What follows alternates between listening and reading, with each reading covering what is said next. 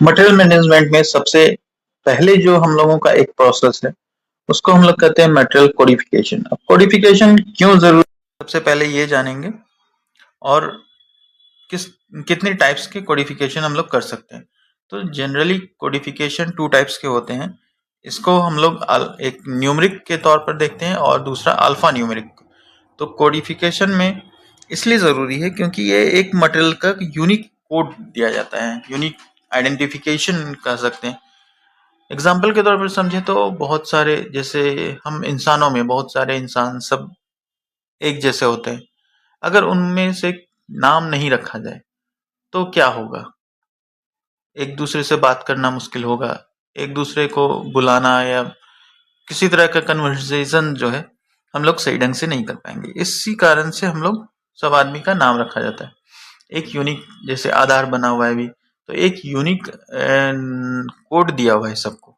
तो same case हम लोग का मटेरियल्स में होता है कि उन लोगों को भी एक हम लोग नंबर्स देते हैं या फिर एक कोड देते हैं जिसके बेस पर हम उन्हें पहचान सकते हैं, आइडेंटिफिकेशन करते हैं। तो जनरली यहाँ पर हम लोग 2 तरीके का यूज करते हैं। पहला है न्यूमरिक मटेरियल कोड और दूसरा अल्फा।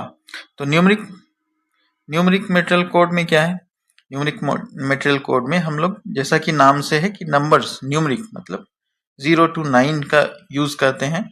एग्जाम्पल के तौर पर यहाँ पर दिया हुआ है, मैं इसे थोड़ा बड़ा में लिख देता हूँ, 1000101।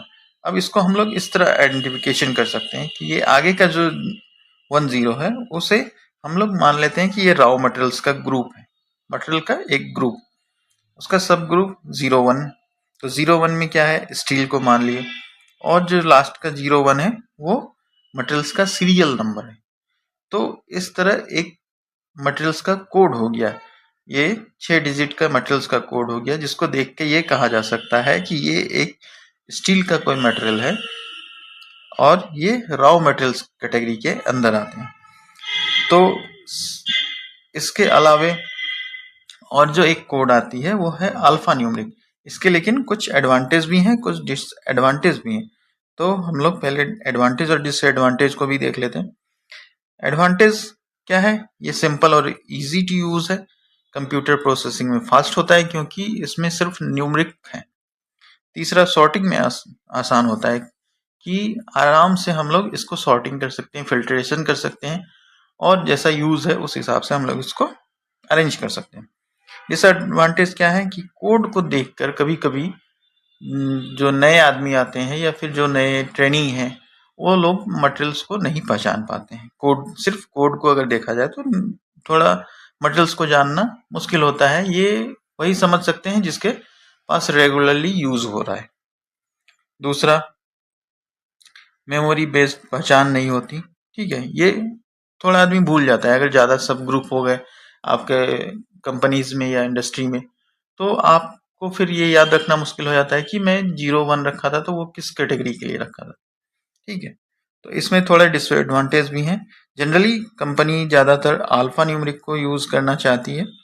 तो अल्फा न्यूमरिक में क्या है कि जैसे कि नाम से ही है, पहला अल्फा, दूसरा न्यूमरिक, मतलब अल्फा मतलब लेटर्स और न्यूमरिक मतलब नंबर्स, दोनों को मिक्स करके बनाया जाता है। जैसे कि एग्जांपल के तौर पर मान लें RMST और 001। यहाँ पर स्पेस नहीं था इसलिए मैंने नहीं लिखा, लेकिन ये एक साथ ही 7 डिजिट के कोड है। ठीक है, अब इसको हम लोग इस तरह देख सकते हैं, ये RM for raw materials, ST for steel, ठीक है, और 001 ये मटेरियल्स का सीरियल नंबर। तो इसमें आदमी को पहचानना थोड़ा आसान होगा। इसके एडवांटेज ये हैं, और इस तरह के नाम को यूज करना भी बहुत आसान हो जाता है। जैसे इसके एडवांटेज और डिसएडवांटेज क्या क्या हैं वो भी देख लेते हैं। तो एडवांटेज यह है कि कोड को देखकर मटेरियल्स आसानी में पहचान में आ जाता है। दूसरा, यूजर फ्रेंडली होता है। तीसरा, ट्रेनिंग की कम जरूरत होती है। जैसा कि मैंने पहले कहा था कि नए लोगों के लिए वो न्यूमरिक कोड को पहचानना थोड़ा मुश्किल हो जाता है, लेकिन अल्फा न्यूमरिक को पहचानना ईजी होता है compared to numeric material code. इसके डिसएडवांटेज भी हैं। इसका कोड का लेंथ थोड़ा ज़्यादा हो सकता है क्योंकि अल्फा भी है, न्यूमेरिक भी है, मिक्स है। कंप्यूटर प्रोसेसिंग स्लो इसलिए हो जाता है क्योंकि कंप्यूटर को ज़्यादातर न्यूमेरिक भाषा जल्दी समझ में आती है, तो वो उसको ईजिली एक्सेस कर लेता है। तो ये है अल्फा न्यूमेरिक और न्यूमेरिक, दो तरह के मटेरियल्स को। अगले वीडियोस में देखते हैं और कुछ इंटरेस्टिंग